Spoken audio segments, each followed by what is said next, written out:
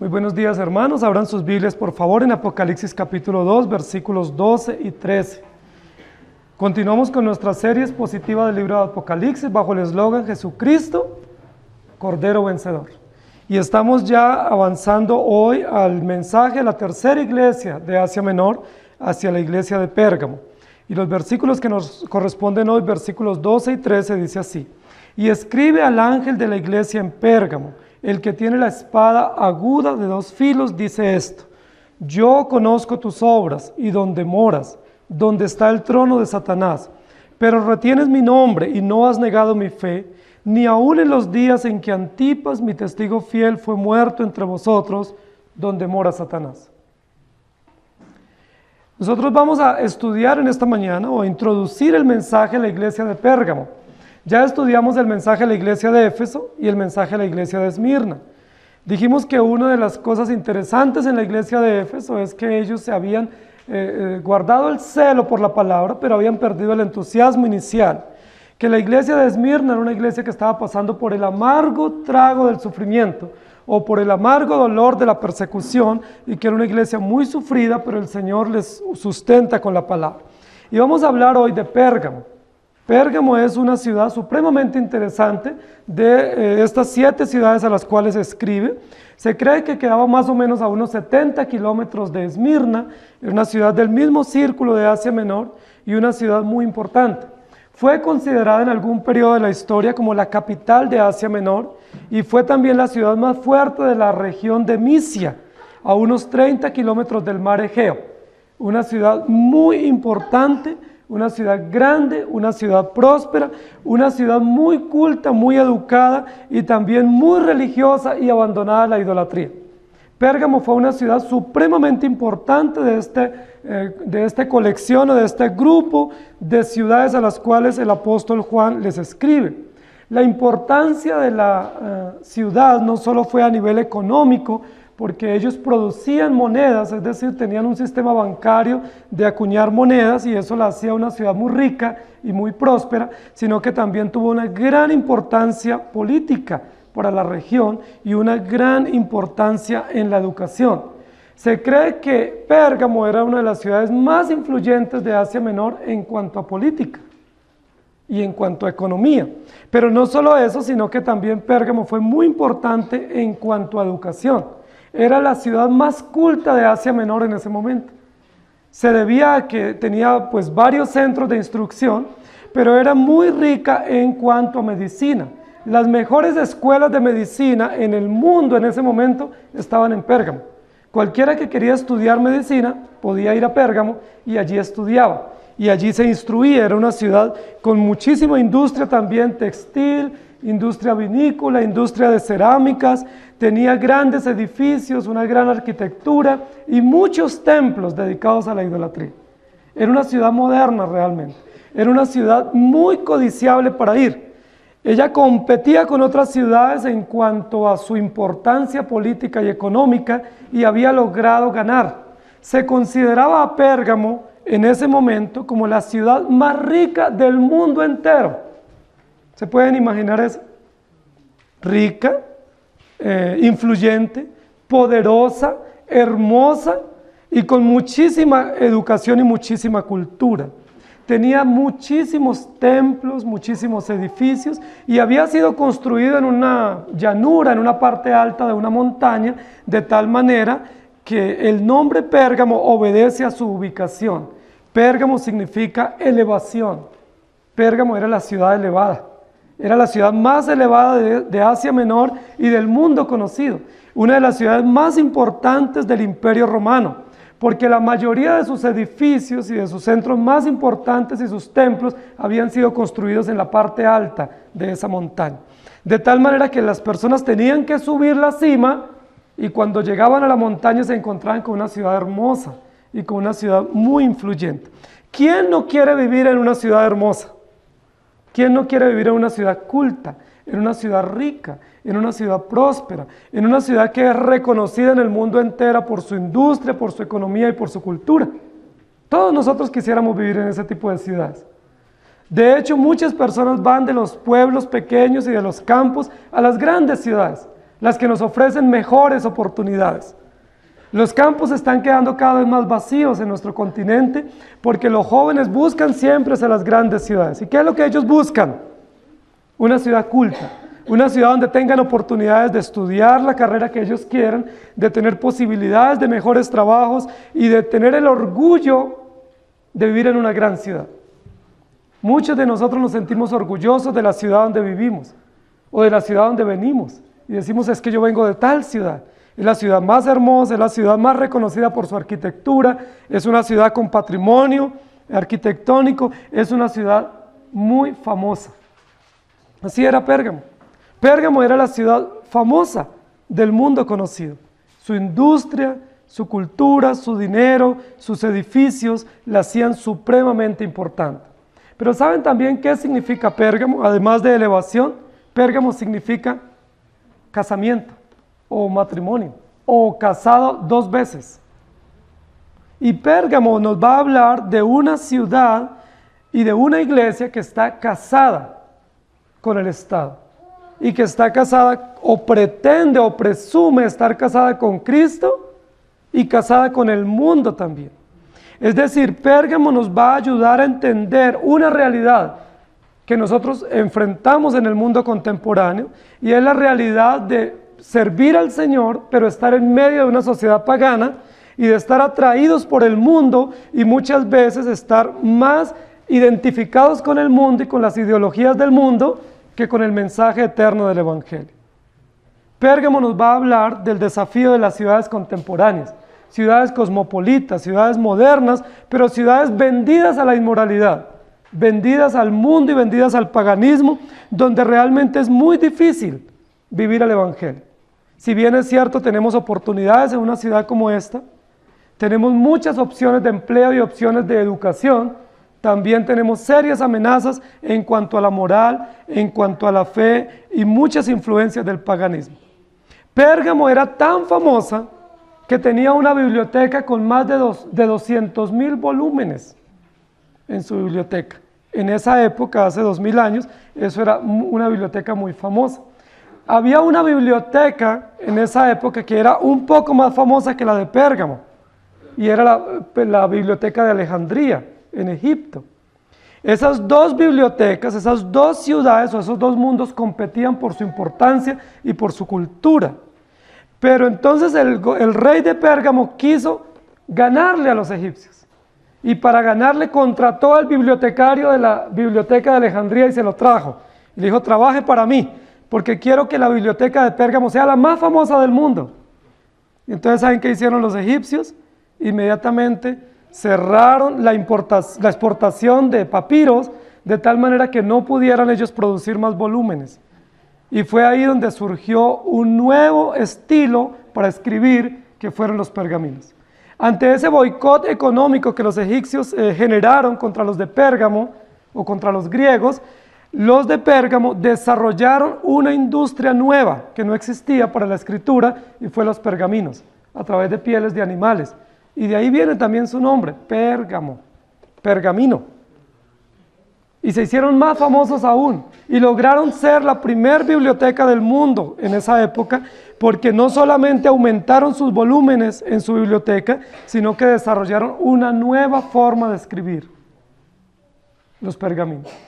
Realmente era gente muy inteligente, muy culta, con mucha industria y con mucha competitividad.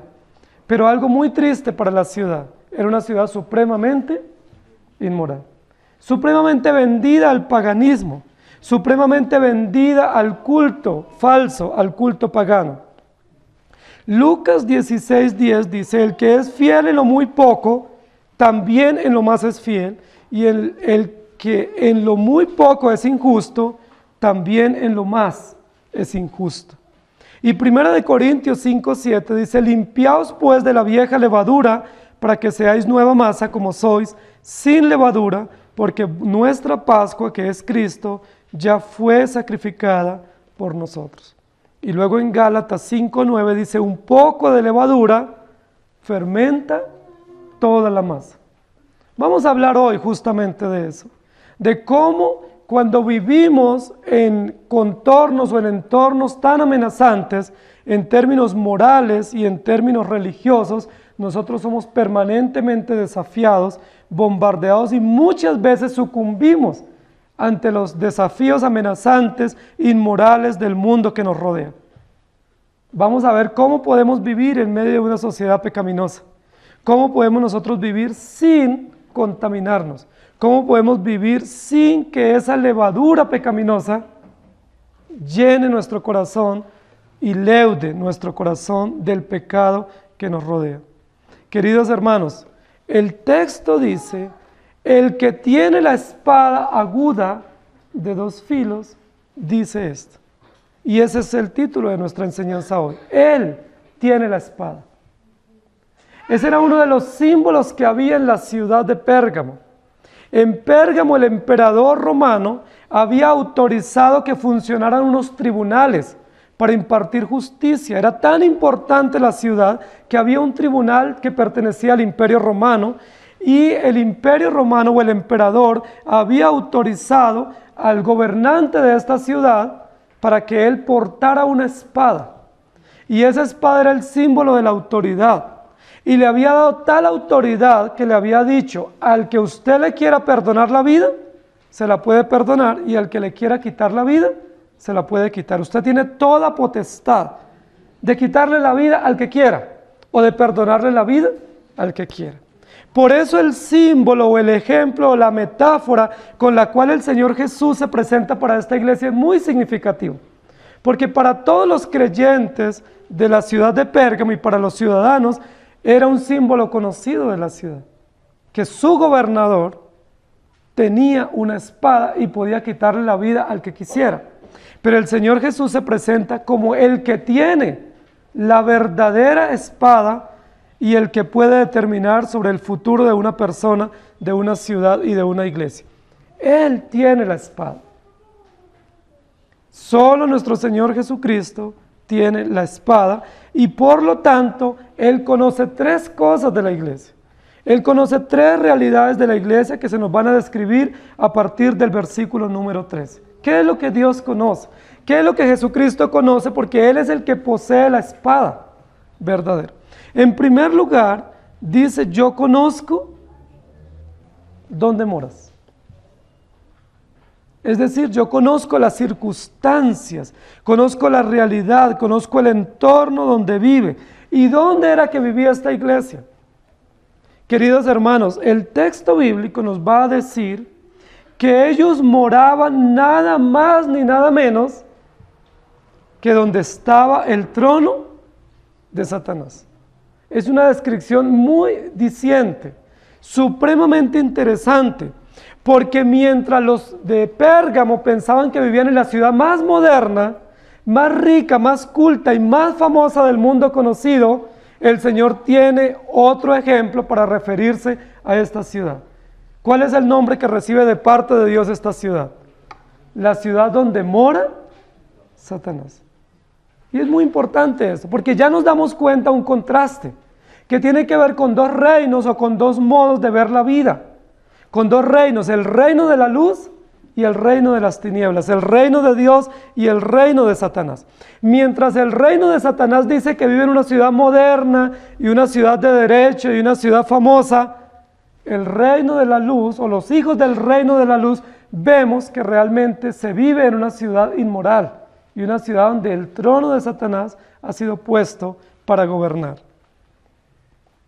Por supuesto, esta descripción no es nada agradable para un habitante judío y romano de esta ciudad, porque ellos querían que se les reconociera por lo que el mundo reconocía la ciudad, pero el Señor da una descripción nueva. La iglesia del Señor Jesucristo estaba viviendo o morando o cohabitando donde moraba Satanás. Ya nos damos cuenta, queridos hermanos, que si bien es cierto la ciudad representaba oportunidades de economía más estable y de educación más elevada, realmente la iglesia estaba afrontando un serio confrontamiento contra los poderes del mal. ¿Por qué la Biblia dice que la iglesia de Pérgamo vivía donde moraba Satanás?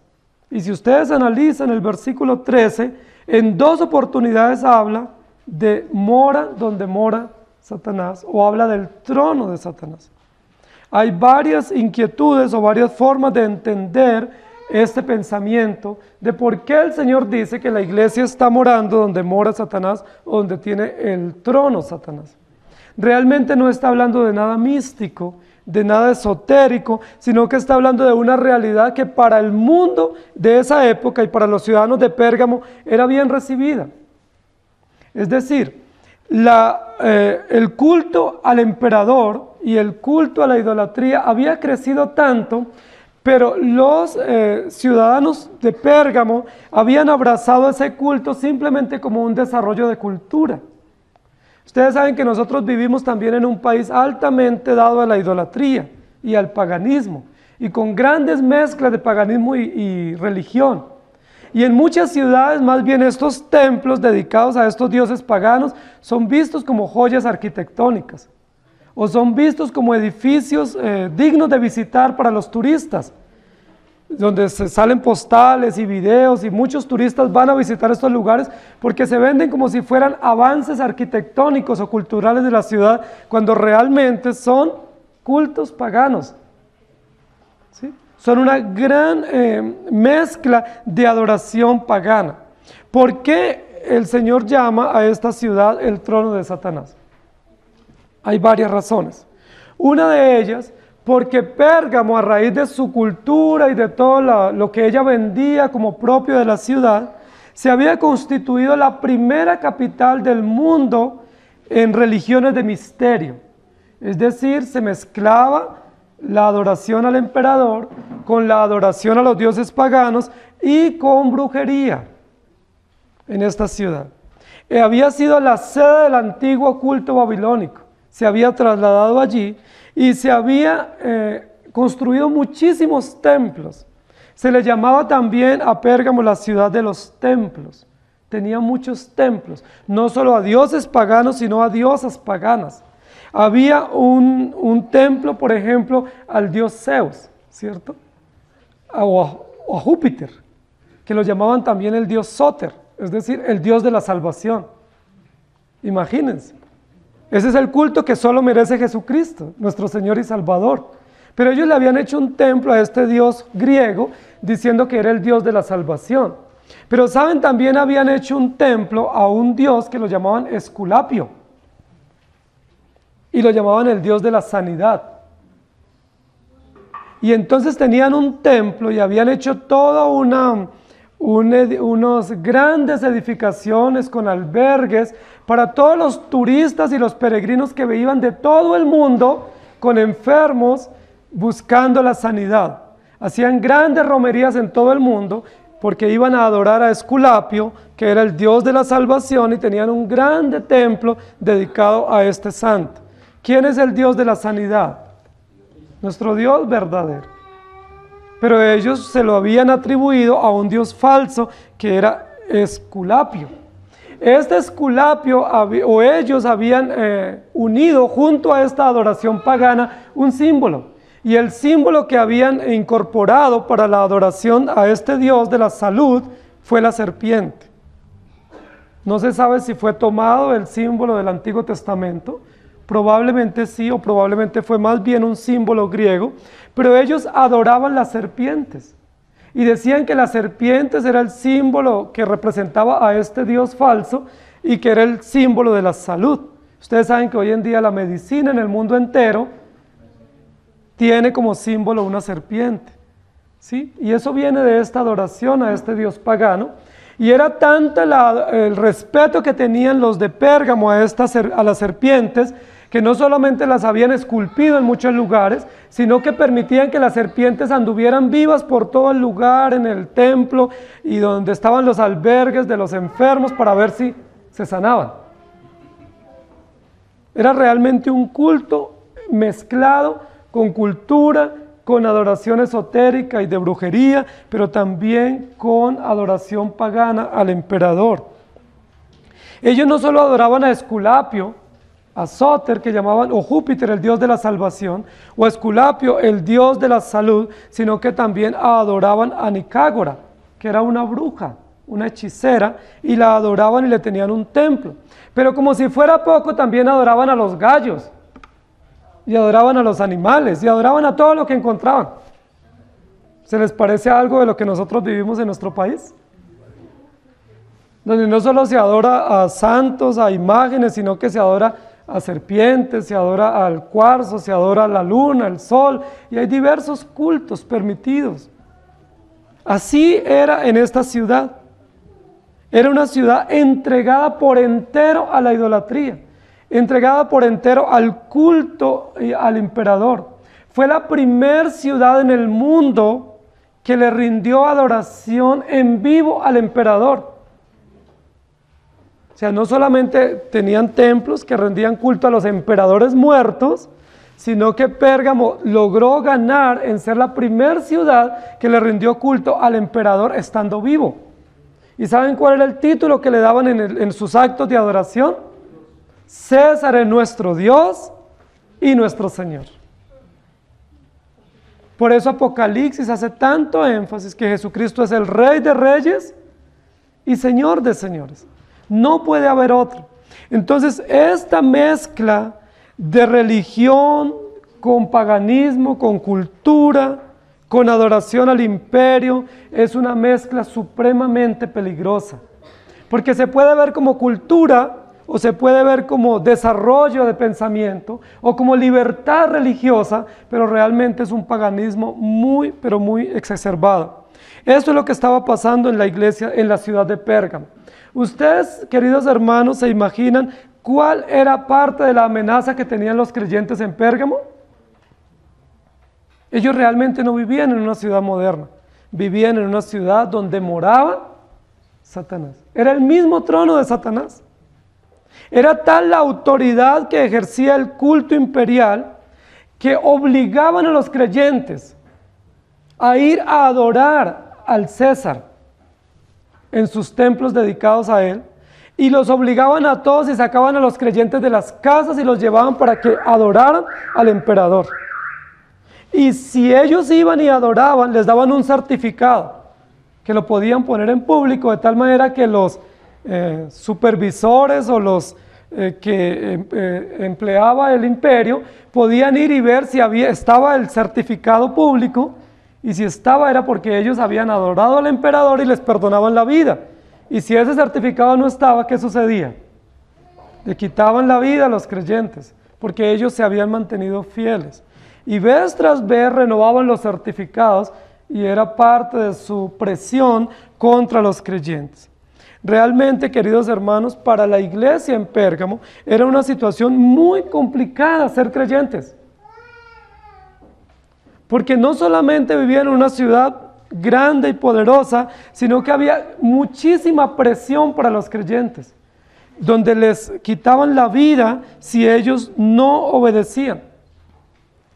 Recordemos que ya para esta época se había quitado el edicto de tolerancia que se había emitido para preservar a los creyentes y había una persecución clara contra ellos, para perseguirles a causa de la fe. ¿Qué dice el Señor, el que tiene la espada aguda? Yo conozco dónde vives. Yo conozco tu circunstancia. Es decir, yo he estado presente en medio de todas las realidades tan difíciles y tan hostiles en las cuales ustedes viven. Con mucha frecuencia nosotros pensamos que si vivimos en realidades difíciles, el Señor no sabe las circunstancias que nosotros pasamos. A veces decimos, es más fácil ser creyente en el campo que ser creyente en una gran ciudad. A veces pensamos que es más fácil enfrentar desafíos estando en pueblos pequeños y no en ciudades tan grandes y tan perversas como esta. Pero ¿saben qué es lo que dice el Señor? Yo conozco dónde moras. Ahora, ¿por qué el Señor sabe dónde ellos moran? Porque Él es omnisciente. Porque Él mismo les había puesto en esta ciudad y porque Él había hecho que la fe del Evangelio floreciera en medio de la perversión. Recordemos que la Escritura dice que donde abunda el pecado, sobreabunda la gracia. Pérgamo es un ejemplo vivo de esa realidad. Él tiene la espada. Y no van a ser los romanos los que van a quitarle la vida a los creyentes, sino Dios el que hace justicia y el que guarda la iglesia y la preserva y les permite comprender que no hay comunión la luz con las tinieblas. Queridos hermanos, nosotros tenemos un privilegio. y ese privilegio es vivir en una gran ciudad. Yo no sé si ese es el sueño que ustedes tenían, vivir en una gran ciudad, o están aquí por situaciones que no esperaron o anhelaron, pero vivimos en una gran ciudad. Es una ciudad considerada de las principales de América Latina, una ciudad grande, es una ciudad considerada moderna, es una ciudad considerada importante para negocios, es una ciudad considerada de las más cultas de América Latina. ¿Sabían eso? Una ciudad con grandes avances en la medicina, con muchos avances en diversos aspectos de la ciencia y de la economía. Es un punto obligado en América Latina para los negocios, para congresos y para grandes eventos a nivel mundial. Pero junto a todo ese desarrollo, ¿qué más tenemos en esta gran ciudad? Muchísima perversión. Ustedes y yo somos conscientes de eso. Somos conscientes que tenemos gobernantes entregados a la inmoralidad y una ciudad entregada por entero a la inmoralidad.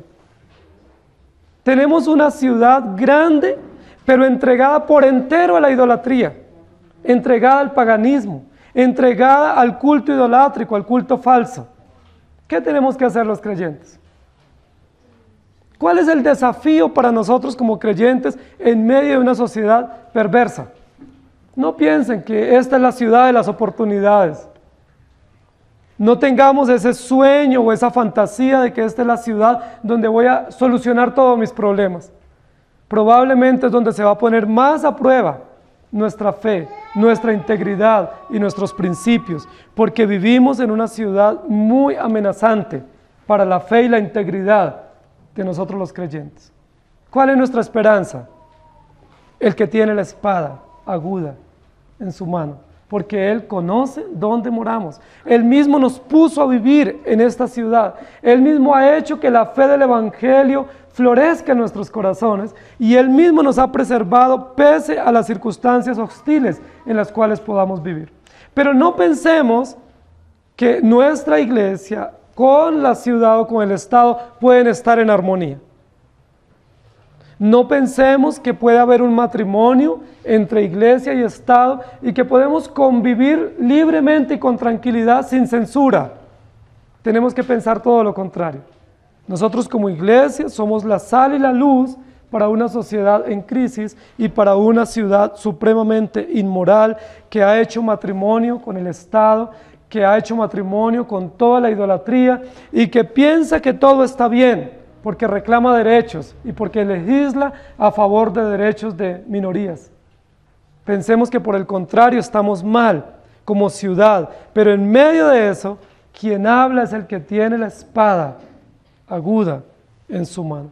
Segunda de Tesalonicenses capítulo 2, versículo 3 dice: nadie os engañe de ninguna manera, pues no vendrá sin que antes venga la apostasía y se manifieste el hombre de pecado, el hijo de perdición.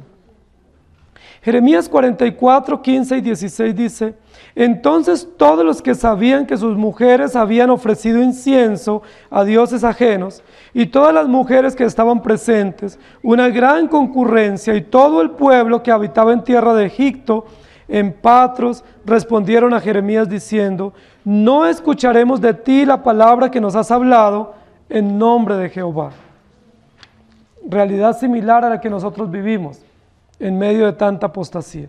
Y en Judas capítulo 3, versículo 3 y versículo 4 dice: amados, por la gran solicitud que tenía de escribiros acerca de nuestra común salvación, me ha sido necesario escribiros exhortándoos que contendáis ardientemente por la fe que ha sido una vez dada a los santos. Porque algunos hombres han entrado encubiertamente, los que desde antes habían sido destinados para esta condenación, hombres impíos que convierten en libertinaje la gracia de nuestro Dios y niegan a Dios, el único soberano, y a nuestro Señor Jesucristo. El llamado, el encargo imperativo que nos hace el libro de Judas es que contendáis ardientemente por la fe del Evangelio. Queridos hermanos, es tan fácil en medio de situaciones como las que nosotros vivimos, mimetizarnos en esas realidades y diluir los principios del Evangelio. Es tan fácil ver lo que el mundo nos ofrece como modernidad, como desarrollo, como intelectualismo y abrazarlo sin ningún tipo de reparo.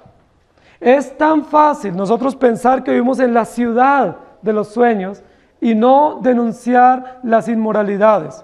Es muy fácil pensar que vivimos en una ciudad hermosa y atractiva y no denunciar los pecados que hay en esta ciudad, que muchos de ellos se cometen con la venia de nuestros gobernantes y nuestras autoridades de toda índole.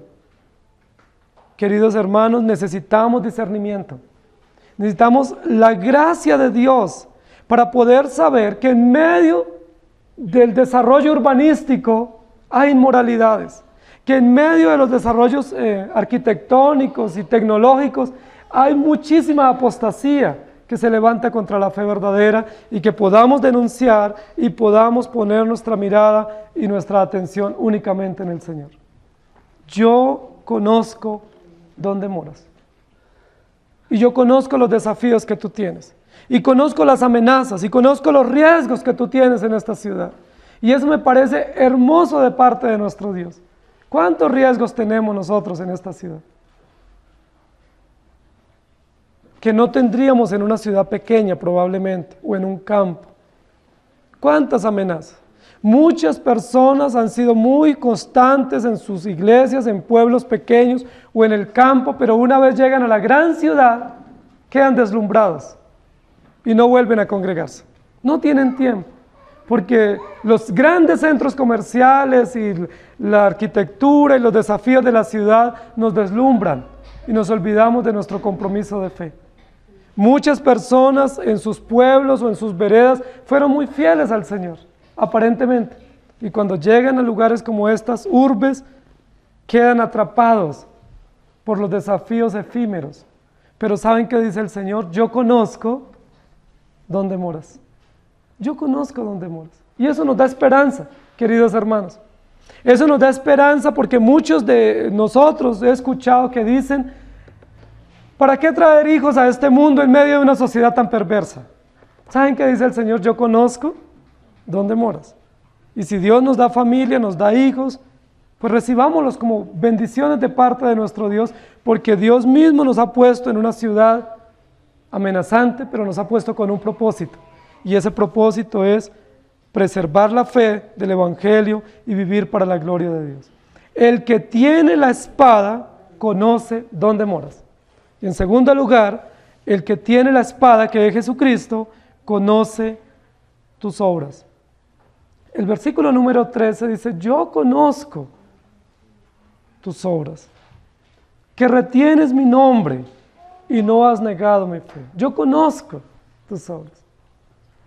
Una y otra vez en los diversos mensajes vamos a reiterar lo que la palabra reitera, y es ese atributo del conocimiento de nuestro Dios o la omnisciencia de nuestro Dios para describir o descifrar todo lo que la iglesia está haciendo. Con muchísima facilidad nosotros olvidamos lo que hemos hecho mal y olvidamos lo que otros han hecho a favor nuestro. Con mucha facilidad nosotros olvidamos lo que el mismo Señor nuestro Dios ha hecho a nuestro favor. Es probable que al finalizar este año y evaluar un poco nuestras obras o los resultados de este año, lleguemos a la conclusión de que no hay nada que agradecer o que no hubo nada bueno, porque olvidamos con tanta facilidad. Pero saben, nuestro Dios, nuestro Señor omnisciente, justo y misericordioso, conoce y no olvida todas nuestras obras. Yo conozco tus obras. Se le dijo a la iglesia de Éfeso eso. Luego a la iglesia de Esmirna también: yo conozco tus obras. Y en tercer lugar a la iglesia de Pérgamo: yo conozco tus obras. Es decir, yo sé todo donde vive, pero no solo conozco el entorno en el cual ustedes viven, a los cuales están expuestos, a las realidades a las cuales se exponen, sino que también conozco lo que ustedes hacen. Conozco los detalles de lo que ustedes hacen. Conozco lo que ustedes se esfuerzan y cómo ustedes obran y cómo ustedes actúan. Lo conozco. ¿Quién más puede conocer nuestras obras? Solo nuestro Dios. Muchas de nuestras acciones nadie más las va a poder conocer sino nosotros y nuestro Dios. Pero el texto es hermoso de reconocimiento, primero del carácter de nuestro Dios, pero también de consuelo y fortaleza para la iglesia. Yo conozco tus obras. Y una de las obras que los creyentes de Pérgamo, en medio de la amenaza imperial, habían tenido, es que retenían el nombre de Dios y no habían negado su nombre. Yo conozco tus obras. Cuánto consuelo y esperanza nos da en medio de las oposiciones y las hostilidades en las cuales vivimos, saber que el Señor conoce todo cuanto nos pasa. Saben, queridos hermanos, para la iglesia de Pérgamo, para los creyentes, era muy difícil vivir el evangelio en semejante ciudad.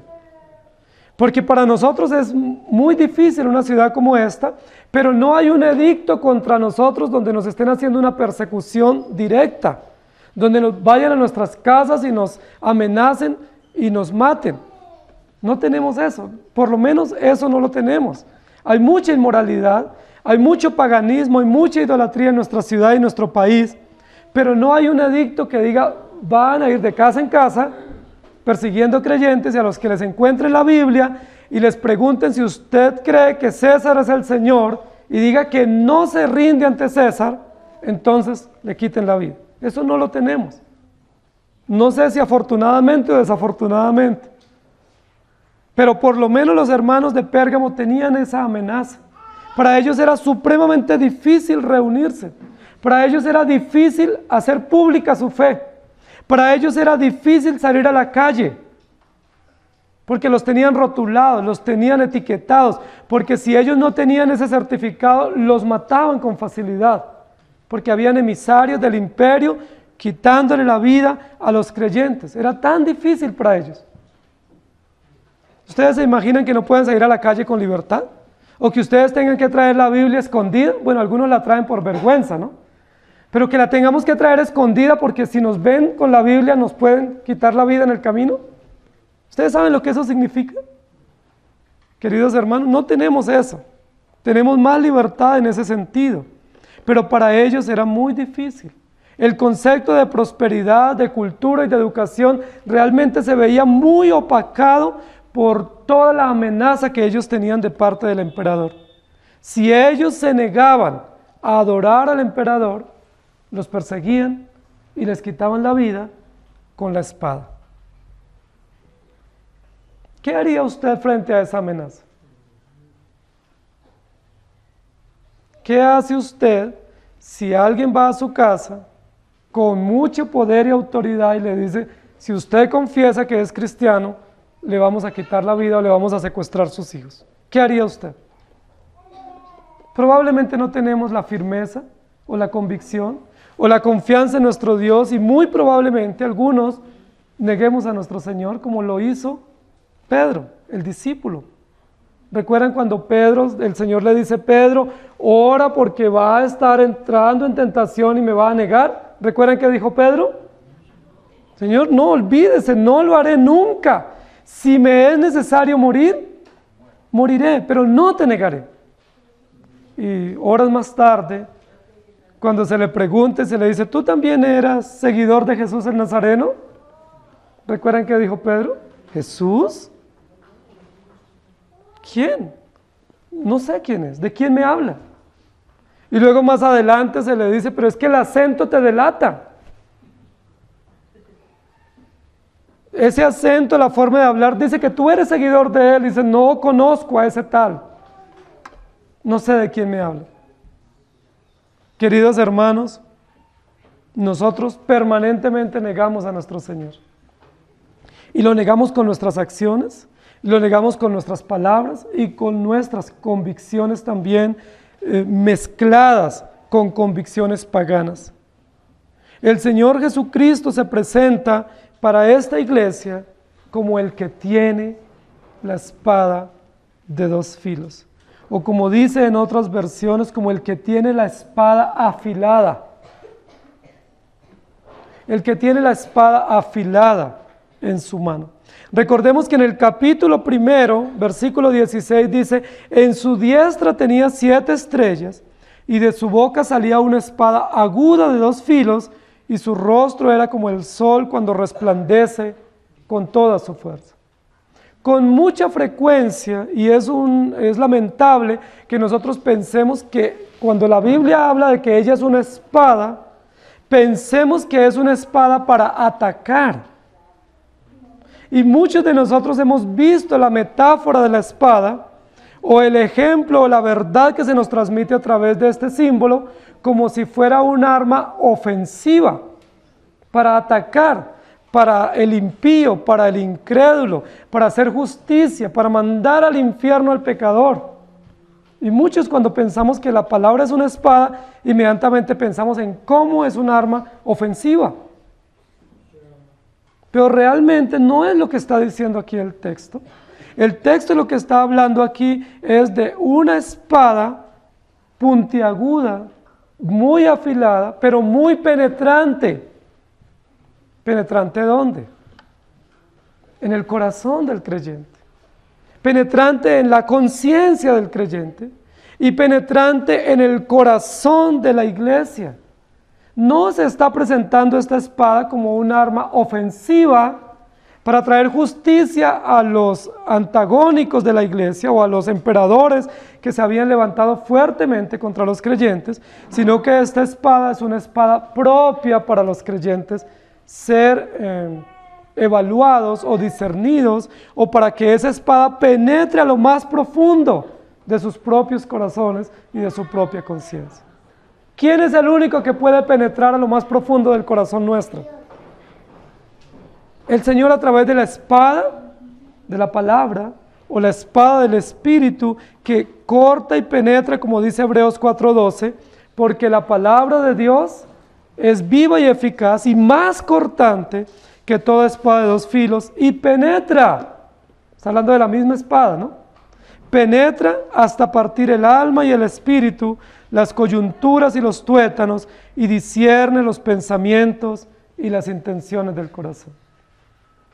Alguien pudiera decir, bueno, el Señor tiene la espada para traer justicia en defensa de la iglesia. Pero no es eso lo que está diciendo. Lo que está diciendo es, el Señor tiene la espada que penetra al corazón de la iglesia para sacar a la luz qué es lo que hay en el corazón, para sacar a la luz qué es lo que hay en la conciencia de los creyentes y para mostrar y discernir profundamente sus convicciones y sus acciones. Y ahí ya es preocupante para nosotros, porque nosotros quisiéramos que esta espada fuera para atacar en defensa nuestra y hacer juicio contra los enemigos nuestros. Pero la espada de la palabra, en primer lugar, es usada para nosotros mismos, para que escudriñe lo que hay en nuestro corazón. Y yo les pregunto, queridos hermanos, ¿qué es lo que hay en su corazón? ¿Qué hay en sus conciencias? ¿Qué es lo que hay en sus mentes? ¿Qué hay en sus acciones? Si la palabra penetrante de Dios llega a su corazón, ¿qué encuentra? Es muy probable que encuentre en el corazón nuestro la palabra lo que había en muchos judíos en la iglesia de Esmirna, que eran una sinagoga de Satanás. Es probable. Es probable que cuando esa espada aguda penetre en nuestra conciencia, seamos concientizados de que en nuestro corazón no hay convicciones firmes, no hay fe verdadera, no hay solidez en nuestra obediencia y en nuestro corazón para Dios, que somos cristianos nominales, que somos cristianos simplemente porque aprendí a ir a la iglesia todos los domingos y a llevar la Biblia, que voy a la iglesia porque me siento bien, me siento cómodo o porque me gusta algún aspecto de la reunión, pero que no somos cristianos genuinos, que hemos combatido por la gracia de Dios la mentira con la verdad del Evangelio y que podemos mantenernos firmes frente a cualquier oposición. Si la palabra penetrante de Dios llega a nuestro corazón, ¿qué descubre?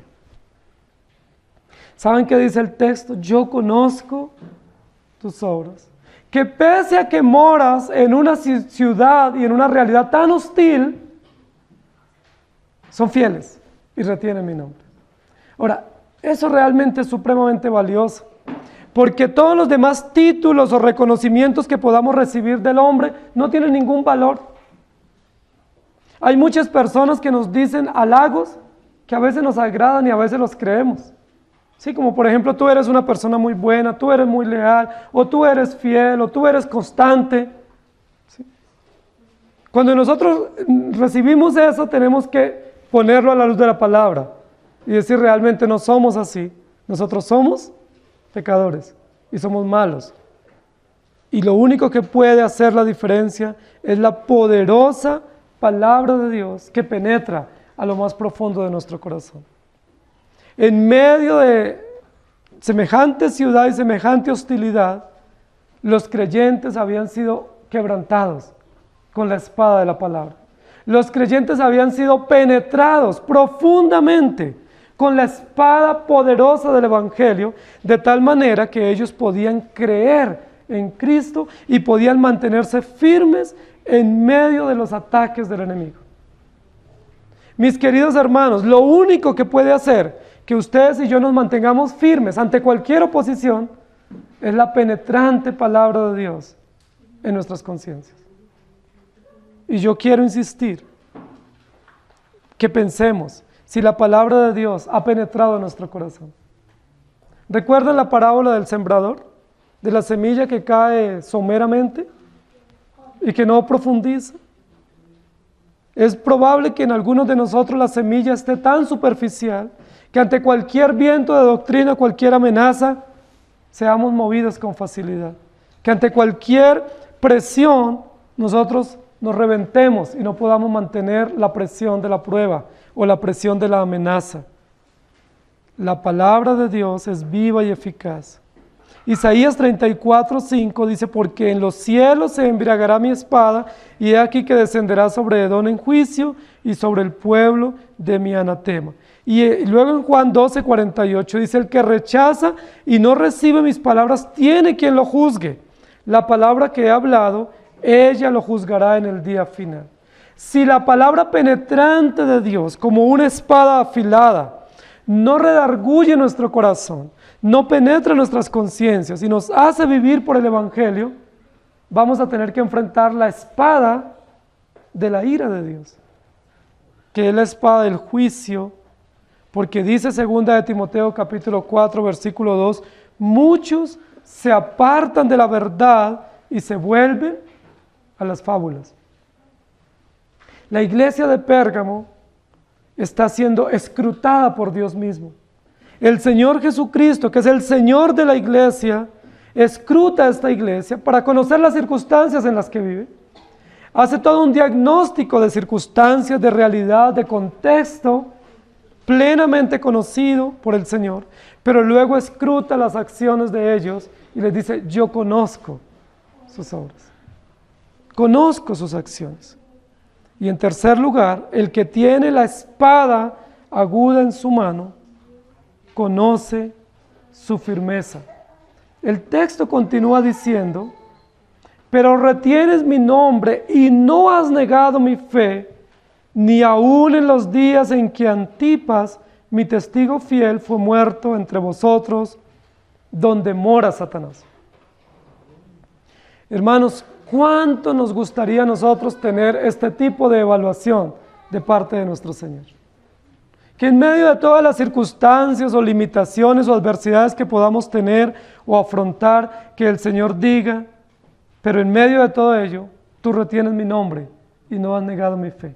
Y que ponga el mismo Señor Jesús un ejemplo de un testigo fiel que vivió en la ciudad de Pérgamo. Recordemos que en la iglesia de Esmirna, posterior al mensaje, fue martirizado uno de los obispos, padres de la iglesia, ¿cierto? Policarpo, un extraordinario hombre que Dios lo mantuvo fiel hasta la muerte, que dio su vida por causa del Evangelio, porque el Señor lo capacitó y lo sostuvo. Pero luego aquí en la iglesia de Pérgamo tenemos otro ejemplo de otro mártir por causa del Evangelio, pero que este fue un mártir anterior al mensaje que se le da a la iglesia. Y este mártir anterior fue Antipas. No sabemos de Antipas quién fue. No sabemos si fue un anciano de la iglesia, no sabemos si era un diácono, no sabemos qué calidad tenía él como creyente miembro de la iglesia. Pero la Biblia nos habla de una virtud supremamente valiosa de este creyente. Es la virtud de la lealtad, de la firmeza y de la fidelidad a pesar de. Antipas es puesto aquí en el texto para darnos un modelo de que sí es posible, queridos hermanos, mantenernos fieles aún en sociedades inmorales y perversas. Que sí es posible levantar hijos educados en los caminos del Señor y fieles al Señor en medio de sociedades hostiles. Que sí es posible que nuestros hijos vayan a la universidad y no se contaminen de las inmoralidades del mundo. Que sí es posible. Que sí es posible trabajar en empresas en esta ciudad inmoral y nosotros no ser contaminados. Sí es posible. ¿Saben por qué es posible? Porque el Señor, que tiene su espada aguda, penetra con su palabra el corazón de sus hijos y los sostiene fieles y firmes hasta el final. La única razón para mantenernos firmes en medio de sociedades perversas es que la espada penetrante de la palabra de Dios traspase nuestro corazón. No hay otra razón. No hay prohibiciones, no hay supervisiones, no hay amenazas que valgan para el corazón nuestro y el corazón de nuestros hijos. Lo único que vale y que preserva es la palabra poderosa de Dios, sembrada en lo más profundo de nuestro corazón. Antipas, dice la Biblia, es un testigo fiel. Y recordemos que lo dijimos al comienzo del libro de Apocalipsis. En este momento en el que se escribe el libro de Apocalipsis, la palabra testigo no estaba asociada a martirio, como posteriormente en el periodo de la iglesia perseguida se asoció ese concepto, que testigo es igual a mártir. Aunque no estaba asociada en ese momento, sí lo que nos está diciendo aquí la Escritura es que una persona que se mantiene fiel hasta el final, o que Dios lo mantiene fiel hasta el final, ¿cuál va a ser el resultado final por el hostigamiento de los adversarios? La muerte. Antipas fue muerto. No sabemos en qué momento fue muerto, pero lo que dice la historia es que él fue puesto sobre un buey de bronce, enrojecido y quemado, incinerado.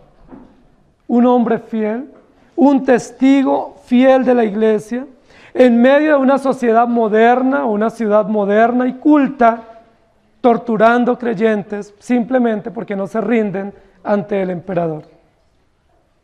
Nosotros vivimos en una sociedad así. Alguien pudiera decir, bueno, pero es que nadie sabe que está torturando pastores o creyentes en esta ciudad. Por lo menos no se sabe, ¿no? Pero ¿sabe quiénes están matando en el vientre?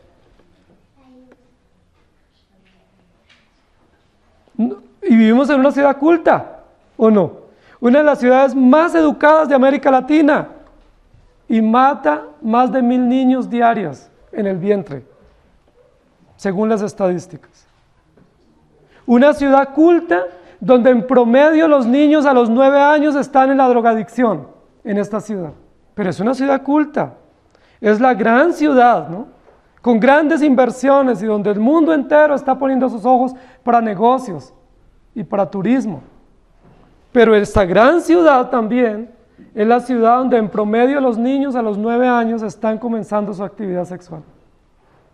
¿Es una ciudad culta? ¿Es una ciudad moderna? ¿O es una ciudad donde mora Satanás? Por supuesto que sí. No podemos ser ajenos a esta realidad, queridos hermanos. Vivimos en una ciudad donde mora Satanás. Y Dios conoce todo esto, porque Él ha permitido que así sea, para que la iglesia en medio de esa amenaza muestre el poder del Evangelio y el poder de la palabra, y en medio de una sociedad amenazante hayan iglesias firmes y sólidas, que el Señor por su gracia mantiene firmes a pesar de. Y retienes mi nombre y no has negado mi fe. ¿Saben qué significa retener? Retener significa agarrar, ¿sí? Asir, ¿sí? tomar con fuerza, aferrarse o abrazar firme y seguramente, prenderse de algo y no soltarlo.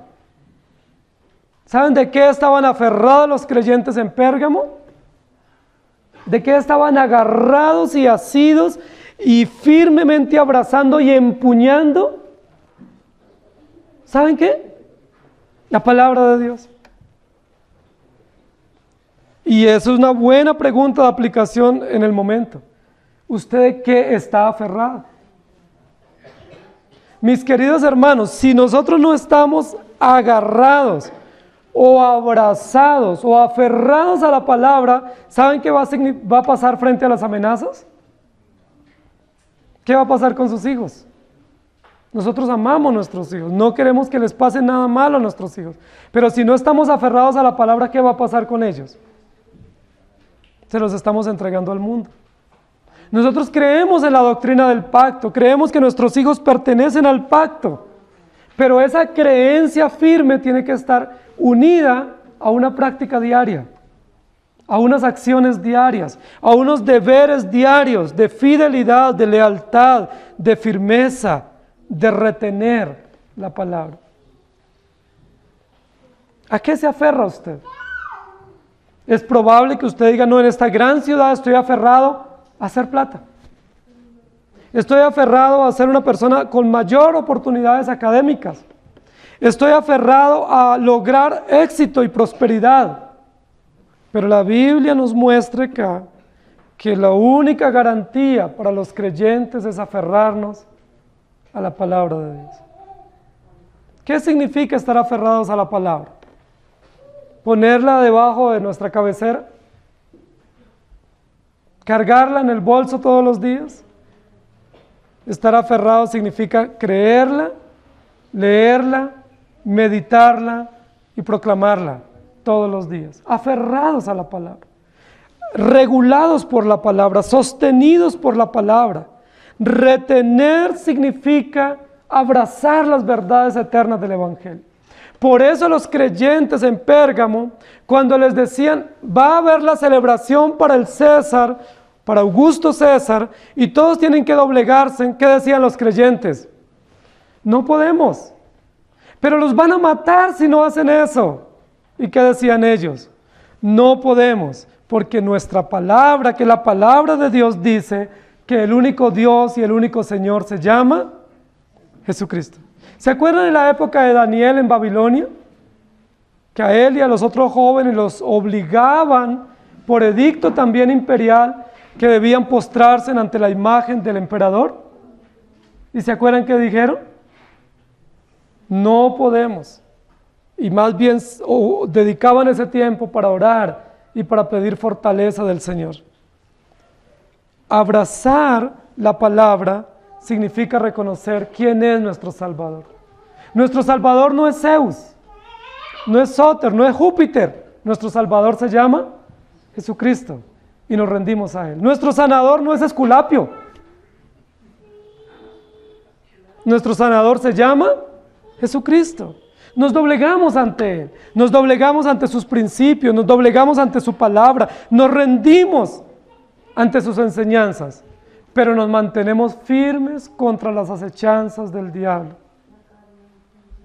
Queridos hermanos, la iglesia de Pérgamo no tenía una situación fácil. Hubo un momento muy grande de persecución. ¿Saben cuál fue el peor momento que vivió la iglesia? Cuando fue muerto Antipas, un testigo fiel. En esos días, ¿qué se esperaría de otros creyentes? Que negaran la fe, que soltaran esos principios y preservaran su vida y la de sus familias. Pero ¿qué dice el Señor? Ni aún en los días en que Antipas fue muerto, los creyentes negaron la fe del Evangelio. Qué extraordinario, queridos hermanos. Cuando leemos a veces o escuchamos testimonios de épocas en que la iglesia ha sido perseguida, tanto en la historia bíblica como en la historia contemporánea, nos maravillamos cuando vemos que en algunos lugares creyentes son enterrados vivos o son torturados y hasta el final ellos retienen el nombre del Señor. ¿Se acuerdan que uno de nuestros reformadores también fue puesto en aprieto y le dijeron, si renuncia a eso que usted ha proclamado, le preservamos la vida? ¿Y recuerdan lo que él dijo? Si el Señor me convence por las Escrituras que estoy equivocado, lo haré. Mi conciencia está amarrada o agarrada o atada a la Escritura y no puedo hacer otra cosa sino mantenerme allí. Y eso me parece maravilloso, porque aunque estaban encendiendo la hoguera y subiendo la temperatura, ellos se pueden mantener firmes. La pregunta es, ¿cómo Antipas se mantuvo fiel, queridos hermanos? ¿De qué materia prima era Antipas como creyente? ¿Qué tenía Antipas que no tenemos los creyentes hoy en siglo XXI? ¿Qué fe tenía o qué poder extraordinario adicional tenía Antipas que no tenemos nosotros? Y la respuesta es, ninguno. Antipas fue un creyente igual que usted y yo, lleno de la gracia de Dios, pero que la palabra poderosa del Evangelio había penetrado su corazón, le había conquistado, le había dominado, y frente a la prueba, él lo único que puede hacer es retener la verdad del Evangelio, porque esa verdad ya le había retenido, sin importar la circunstancia. Yo les pregunto, querida iglesia, ¿puede algún cristiano confesar a Jesucristo hoy y al mismo tiempo obrar carnalmente? ¿Es concebible o es ecuánime que un creyente proclame el Evangelio el domingo y en la semana viva una vida desordenada? ¿Es coherente que usted proclame que Jesús es su Señor y su Salvador, pero esté entregado a ideologías y a acciones y a cultos paganos? ¿Es concebible eso? Por supuesto que no. Por supuesto que si usted lee la Biblia, usted no puede consultar un brujo, porque es inconcebible. Si usted lee la Biblia, no debe consultar el horóscopo nunca, porque es inconcebible. Si usted lee la Escritura, no tiene por qué ir a que le lean la mano, ni el chocolate, ni el café en leche, ni nada. ¿Por qué? Porque es inconcebible. Porque los que hemos sido penetrados por la espada de la palabra, no podemos retener más que los principios del Evangelio. La Escritura dice que aún en los peores días, en medio de ese gobierno hostil de Satanás contra la iglesia, los creyentes en Pérgamo retienen el nombre del Señor.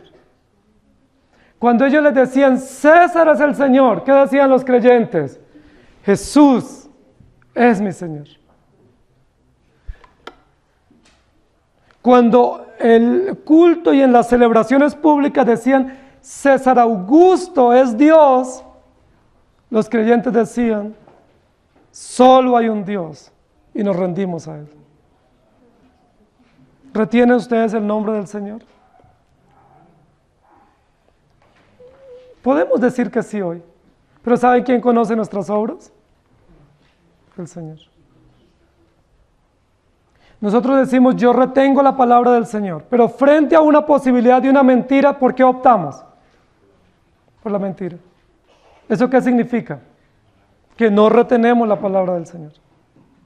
Frente a una posibilidad de trabajo, nosotros inmediatamente cambiamos un principio que decíamos que teníamos. Frente a una posibilidad de un ascenso o de una oportunidad de una amistad, nosotros rápidamente negociamos nuestros principios y nos justificamos. Con mucha facilidad decimos mentiras. ¿Y cómo la justificamos? No es que era necesario, es que me tocaba decirlo, es que si no decía eso perdía. En los negocios hacemos lo mismo, en nuestras relaciones hacemos lo mismo. La fidelidad, la lealtad, la firmeza de convicciones no es un común denominador de la iglesia contemporánea. El común denominador de la iglesia contemporánea es la lealtad, la mezcla con el mundo, el ecumenismo, el abrazar las ideologías del mundo y justificarlas como si fueran propias. Ese es el común de la iglesia hoy en día. Por eso la iglesia está así. Porque con el pragmatismo que tenemos y con el utilitarismo nosotros decimos, no, todo vale. Pero voy el domingo y le pido perdón al Señor. Hice esto en la semana, pero voy el domingo y el Señor sabe por qué lo tuve que hacer. El Señor entiende. Saben, los hermanos de la iglesia de Pérgamo no tenían esa cosmovisión. Ellos no decían, yo puedo mezclarme con el mundo, casarme con el mundo y Dios entiende. Los hermanos de Pérgamo decían, nos mantendremos firmes porque el Señor nos ha traspasado por la espada de la palabra y no tenemos otra opción sino retenerla. ¿Se acuerdan cuando la esposa de Job le dice a Job, aún retienes tu integridad? Maldice a Dios y muérete. Fácil, la cosmovisión del momento, ¿no? ¿Todavía va a la iglesia si le está yendo mal? Pues vaya a otra. O no vuelva. O échese una canita al aire. O aproveche. Retener significa haber sido retenidos primero. Retener la palabra con fidelidad significa haber disfrutado primero de la obra preciosa de la regeneración. Él tiene la espada para mostrarnos lo que hemos hecho y lo que el Señor nos está llamando. ¿Saben qué significa el nombre Antipas? Para los que están buscando nombres para sus hijos varones. Antipas significa contra todos. Y es un excelente nombre. Excelente significado para el momento en el cual se estaba viviendo. No es casual este nombre. Antipas tuvo que ir a la muerte torturado porque él, por la gracia de Dios, se mantuvo contra todos y contra todo.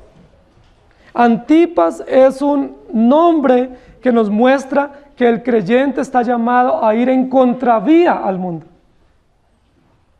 Y que nosotros realmente no somos ni amigos del mundo, ni el mundo puede ser amigo nuestro. Por eso nuestra familia no puede ser la del mundo, ni nuestros gustos los del mundo. Porque nosotros estamos contra todos. ¿Está usted así? ¿Somos Antipas o no? ¿Contra todos o a favor de todo? Antipas representa los creyentes que han entendido fuertemente la convicción del Evangelio. Estamos contra todos. No podemos estar de acuerdo cómo se gobiernan nuestras ciudades y nuestros países, indistintamente del color político. No estamos de acuerdo. ¿Por qué? Porque nuestros gobernantes, del color que sea, no están honrando a Dios, sino buscando sus propios beneficios. No podemos estar de acuerdo con la educación que se da en nuestros países. ¿Por qué? Porque son educaciones con ideologías paganas, con ideologías perversas y con enfoques totalmente contrarios al Evangelio. Los modelos económicos que tenemos no son los adecuados, no glorifican a Dios. Los modelos de inversión que tenemos no glorifican a Dios. Los modelos de familia que nuestra sociedad promueve no glorifican a Dios. Y nosotros estamos contra todo y contra todos. Y esa es la razón por la cual el Señor dice, yo conozco tu lealtad. Y Antipas es un ejemplo que demuestra la fidelidad en medio de y a pesar de. Es posible vivir en medio de sociedades corruptas, hermanos. Una prueba es usted y yo. Es posible vivir en medio de sociedades perversas. Una prueba es que la iglesia se mantiene, el Señor la preserva. Y es posible dar fruto en medio de sociedades amenazantes. Primera de Pedro 5:8 dice, sed sobrios y velad, porque vuestro adversario el diablo, como león rugiente, anda alrededor buscando a quien devorar. Cuando la Biblia habla de Satanás, aquí no está hablando de cosas místicas, ¿no? Que hay personas que zapatean todos los días a Satanás y lo desafían y le hablan. Aquí está hablando del gobierno de Satanás traducido en la cultura, traducido en la política, traducido en la medicina, en la economía y aún en los diseños propios de los programas de gobierno. ¿Cómo esos programas de gobierno lo que muestran es que Satanás gobierna. La inmoralidad triunfa, pero el Señor ha puesto su iglesia y la ha preservado y la preservará hasta el final por el poder de la palabra. Amén. Inclinen su rostro, por favor, y oramos. Amado Señor, gracias por darnos el privilegio de conocer tu palabra. Queremos pedirte perdón porque no valoramos tu palabra como debiéramos hacerlo. Porque tu palabra a veces ha sido un apéndice más, un anexo más, pero no vivimos por ella ni para ella. Te pedimos perdón porque tu palabra no es nuestra fuente absoluta de autoridad, de norma de fe y conducta. Tu palabra sí es útil, pero no es lo único. Y te pedimos perdón. Porque así como retenemos tu palabra, también retenemos nuestras tradiciones, retenemos nuestras fórmulas familiares, retenemos nuestras tradiciones de las regiones y te pedimos perdón. Porque nuestra norma de guía no es únicamente la espada penetrante de tu palabra. Señor, gracias por tu palabra. Y yo te ruego hoy que a todos los que estamos hoy, los que escuchamos hoy tu palabra, seamos penetrados por la espada afilada de tu preciosa palabra, por el poder de tu Espíritu Santo, penetrando nuestras conciencias, penetrando nuestros corazones y sembrando tu palabra, esculpiéndola en nuestras conciencias y haciéndonos vivir y deleitar en ella. Siembra tu palabra en nuestros corazones, Señor. Siembra tu palabra en el corazón de nuestros hijos a una temprana edad. Grábala. Retén tú mismo por el poder de tu Espíritu la palabra en nuestros corazones, para que pese a todos los desafíos de la sociedad moderna y de nuestro propio corazón, vivamos por ti y para ti, y no para el mundo. Que no nos casemos con el mundo, sino que vivamos para ti.